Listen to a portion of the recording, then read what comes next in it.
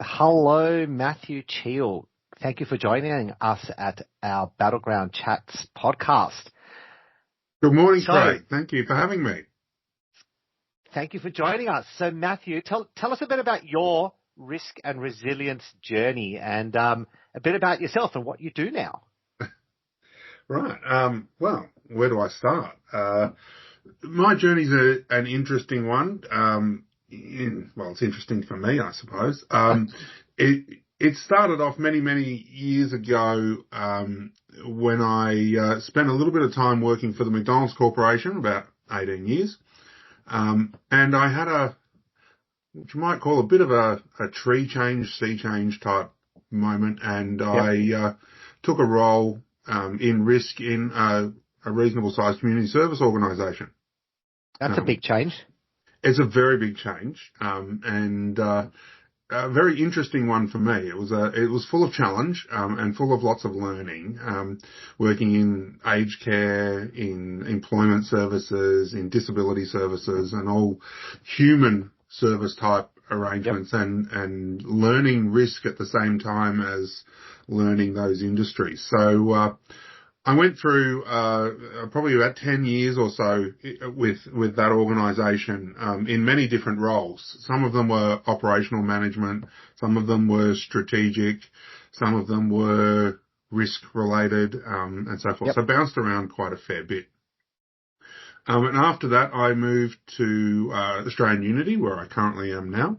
And have spent the last 7 years or so there. Most recently as the head of risk and compliance for our human services businesses, so our residential aged care and our home health businesses, and working through a lot of the same issues, but on a much larger scale. I'm sure. And so we met when we started doing some work at Australian Unity. You came in, and I think so. Have we been doing work for 7 years together? That's a scary long time. You had sort of run the first session, I think, with the team there before I got there. And so it was, an introduction by fire to some extent. Indeed. At that point in time. We've had fun. And so when you reflect on that, so you've gone from Macca's, right, to community services, now to health and human services. What do you think is the biggest change? And do you think what you've learnt at Aussie Unity you could use in other industries, or do you feel like risk and resilience in each industry is very different? It's different, but the same. So the concepts are the same. The application of those concepts and how they work are very different. In more sort of commercial transaction based operations, it's very much around restoring or recovering your ability to conduct that transaction and opening the doors again. In human services and health, it's much more about maintaining your ability to service and care for your customers throughout an interruption or an event, and retaining that ability, because business resilience for us in human services is very different to a transactional based business. If we fall over, then our customers, will, to some extent, depending on their needs, suffer some kind of impact to their well-being. Absolutely, yeah. So it is a very different application of the same principles. Yeah, that makes sense.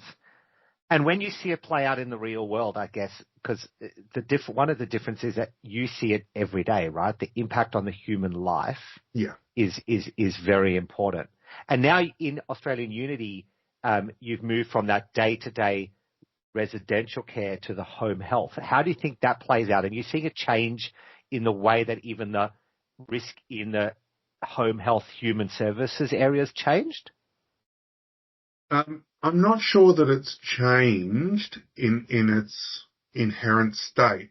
I think the way we look at it and the way we address it is evolving and maturing. We still have our residential facilities, and the inherent risks that they hold around business interruption with bushfires, floods, and things like that. And it doesn't take much imagination to think about what would happen to a residential aged care facility in the middle of a bushfire. Absolutely. And there's evidence of that, in recent times where different facilities have been impacted across the country. Yeah. The home health business is very different from a community aged care perspective, where we're delivering services in people's homes. Yep. And so our workplace is geographically spread across the country. There's no office as such, right? Exactly. We do have little offices where our administration teams and so forth, but the actual doing of the work gets done in so many different places. Yes. And that opens you up to a whole different realm of business resilience risk. Yes. And things like that. A flood or a fire or a storm or all these natural disaster type things have a very different impact because it's geographically spread out. Yeah. And whilst the people in themselves might not be impacted by an event, you can find that, if the river floods across the middle of a town and people can't get from one side to another, then that can impact their ability to... You can't deliver the service. Yeah. If all your staff are on one side and all your customers are on the other, you're in a spot of bother. And so playing out those type of scenarios and situations is a very interesting challenge. Yes. And we're having lots of fun doing it, aren't we? We are indeed. And so one of the things I've always held is about event neutral planning, right? A long time ago, I realized that thick plans are not helpful. And that trying to plan for every different scenario is not going to work.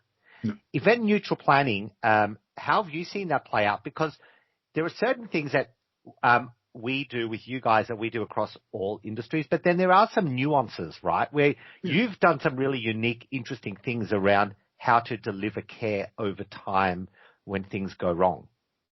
Yeah, that's exactly right. It is.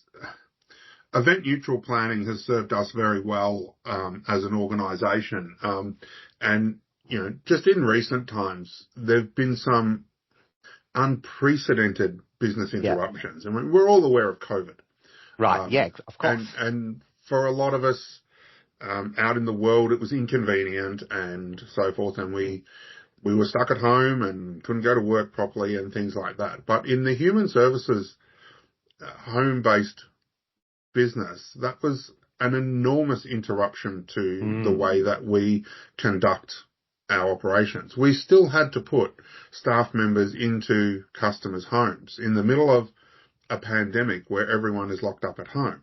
Yes. Those people, our customers, still required care. And so event neutral planning helped us in that regard because a COVID pandemic was never in the playbook. No. No. A flu outbreak and things like that were in the back of our minds, but something at that scale, not the size and scale, exactly. Was, as we all know, unprecedented. But taking the approach of looking at our key processes, how they were impacted, how we could resume or restore or work around those key processes and get them there was an incredible challenge for us.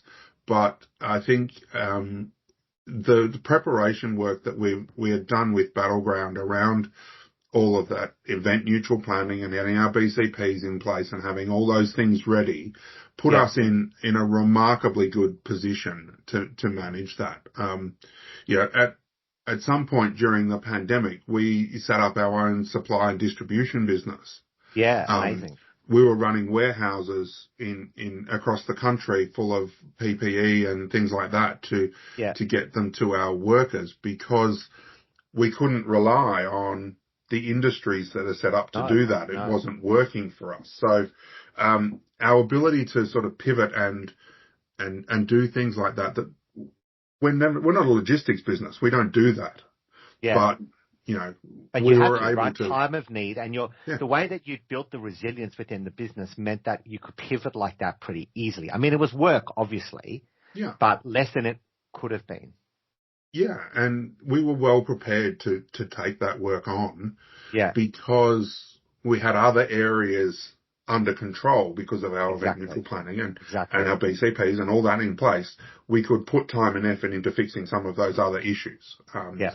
And so, there's that. We've experienced floods and fires and storms and so forth, and all kinds Yeah. of those natural interruptions disasters. from time to time. And uh, being prepared in general for a lot of interruption type things and knowing what happens and knowing where your critical processes are allows you to manage those situations even though you haven't planned specifically for that.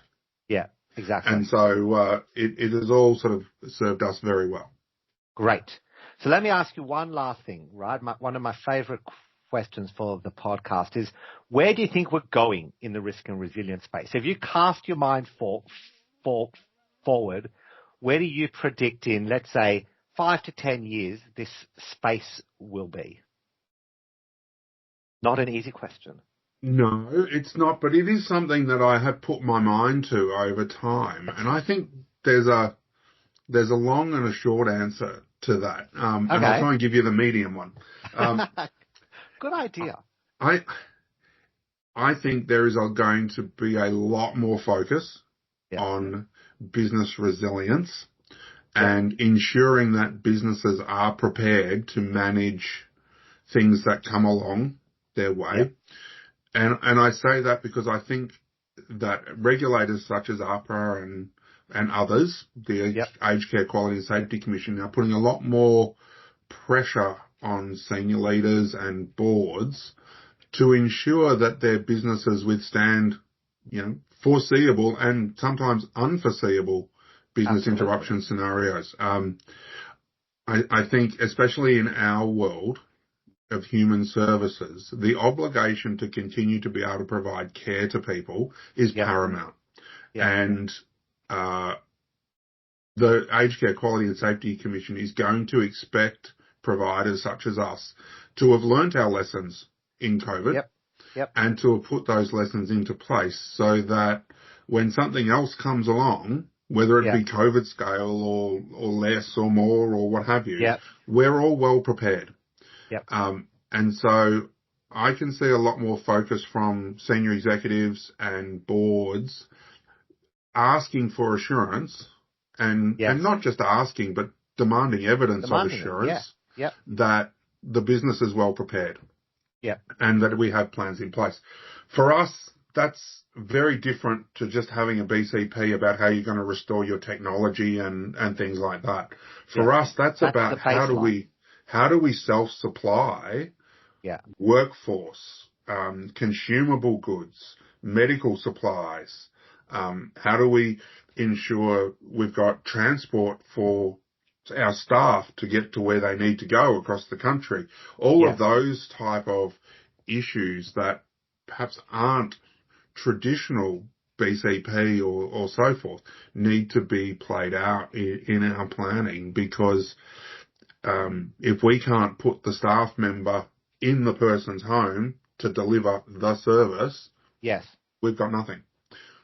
Yep. And I don't think you're alone in that thinking. I think a lot of regulated entities and regulators are moving that way into operational resilience, I guess is what a lot of them around the world are calling it, and pushing more for accountability at that executive level for that. So that's really interesting. You're seeing that play out in the aged care industry as well. And I think, importantly, in a number of states, Victoria included, we now have workplace manslaughter laws. Where executive and board directors are criminally liable if they don't adequately prepare for emergency and interruption scenarios and someone gets hurt or worse because it could have been prevented with proper planning. And so there is very much a focus on that, just from a personal liability perspective of senior executives, as well as it being morally the right thing for a business to do. So there's a number of sort of factors that are feeding into this one. Excellent. Well, Matthew, thank you so much for joining us at Battleground Chats. I really appreciate it, and enjoy your trips coming up to far-flung places of Australia with all your planning. Good luck. No worries. Thanks very much for having me.